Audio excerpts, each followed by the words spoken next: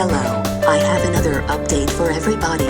So, the British royal family is under real pressure right now, and this time, it is not because of anything that Prince Harry and Meghan has said or done. Although the UK press are trying to drag Meghan and Prince Harry anyways by saying that the Duke and Duchess of Sussex were not invited to former President Obama's 60th birthday. Hello. Meghan just gave birth to a baby on June 4th of this year, and the UK press expects that Harry and Meghan would fly from California to the other side of the country. The Obamas live in exclusive Colorama neighborhood of Washington, D.C., just to attend the birthday of former President Obama, especially when that same day is also Meghan's 40th birthday. And hey, let's not forget that the COVID-19 pandemic is spiking in the number of infected people again. So these UK press wants Meghan, who is most likely breastfeeding baby Lilibet Diana just like she did for Archie when he was a baby. Therefore, it is very important for Meghan to keep her body healthy and free from any viruses, especially a deadly virus as COVID-19 that according to the World Meter has resulted in 4,322,175 known deaths in the entire world.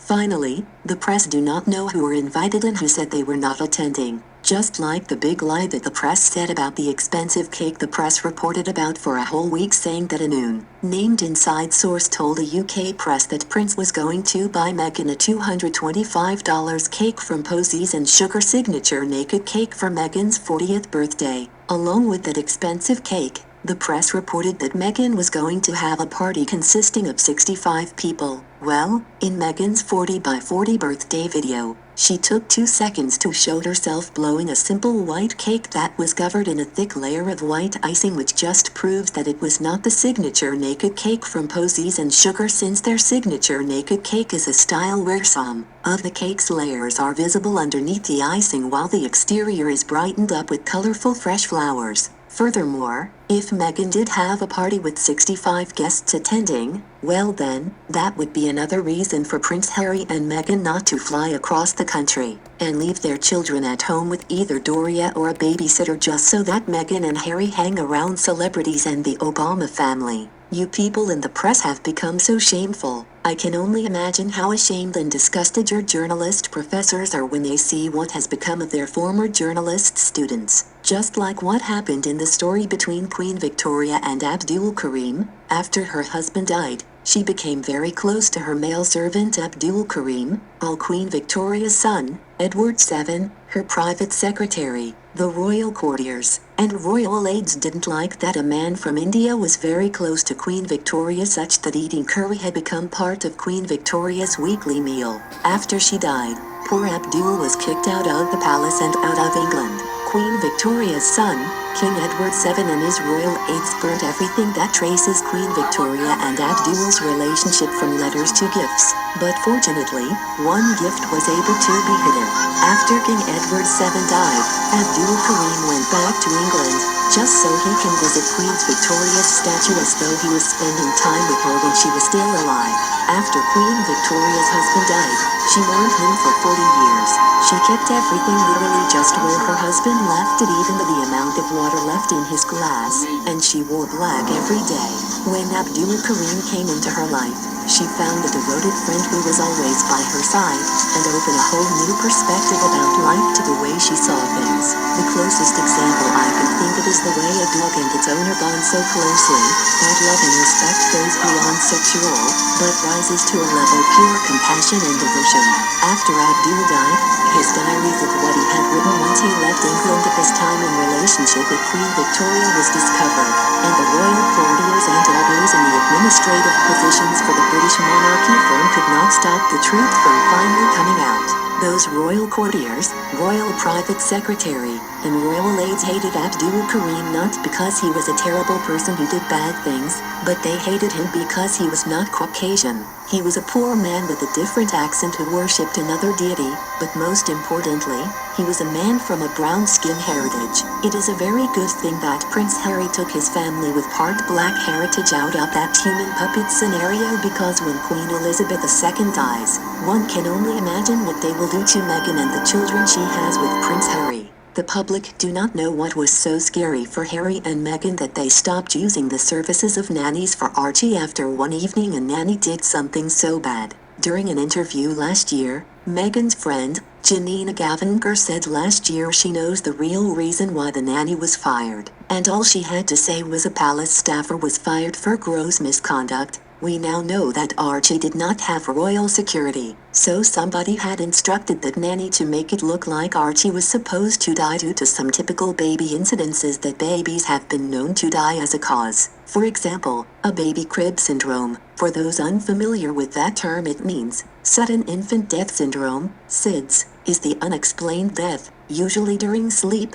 of a seemingly healthy baby less than a year old. SIDS is sometimes known as crib death because the infants often die in their crib. This year, an old archive was discovered, proving that as recent as the 1960s, Buckingham Palace had a policy that nobody who is not Caucasian is to hold a job with authority or any clerical position while working for the British royal family. Yet, Prince William had the audacity to say that the royal family are very much not racist. So much of what the public are seeing as double standard behavior coming from some members of the British royal family are typical racist behavior. Someday those members of the British royal family will find themselves in a situation in which they will be the only Caucasians, and the people around them will not be so kind to them. Then that royal member will experience what billions of non-Caucasians experience every day. Now, let me move on to the real scandalous news, starting with what is happening with Prince Andrew.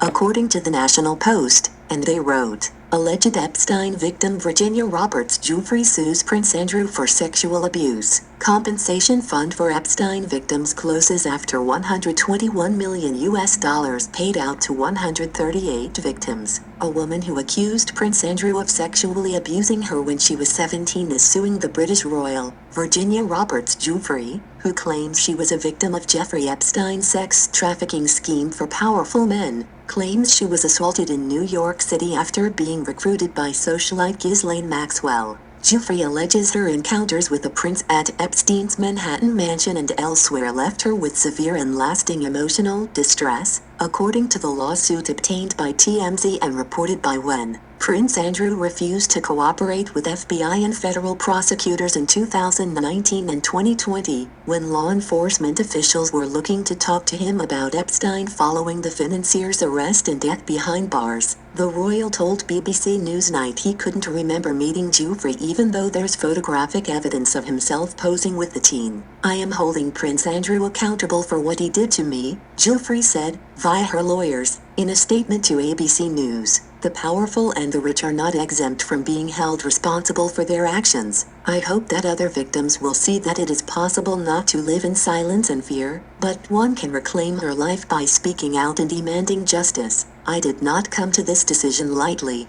As a mother and a wife, my family comes first. I know that this action will subject me to further attacks by Prince Andrew and his surrogates, but I knew that if I did not pursue this action, I would be letting them and victims everywhere down. Andrew of sexual assault and intentional infliction of emotional distress, ABC says. 20 years ago, Prince Andrew's wealth, power, position, and connections enabled him to abuse a frightened, vulnerable child with no one there to protect her. It is long past the time for him to be held to account, ABC quoted the lawsuit as stating. Reached late Monday, a UK-based spokesperson for Prince Andrew said there would be no comment on the suit. The powerful and the rich are not exempt from being held responsible for their actions by Virginia Roberts Giuffre. Giuffre claimed in a December 2014 civil lawsuit that incarcerated Maxwell recruited her into Epstein's circle, and claimed he forced her to have sex with him and friends, including the prince. Maxwell has also denied Giuffre's accusations that she was directed to have sex with Andrew on 3 occasions in 2001, in London,